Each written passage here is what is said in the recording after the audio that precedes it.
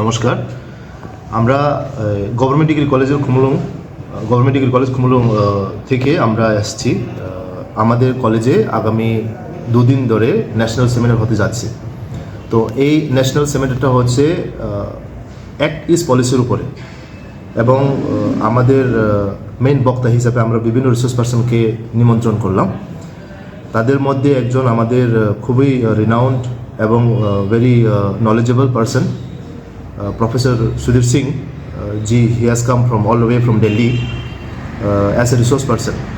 তো আমরা যেহেতু এই 2 দিন ব্যাপী ধরে ন্যাশনাল সেমিনার হতে যাচ্ছে, মূল বিষয়টা নিয়ে স্যার খুবই ভালো নলেজ আছে স্যারের।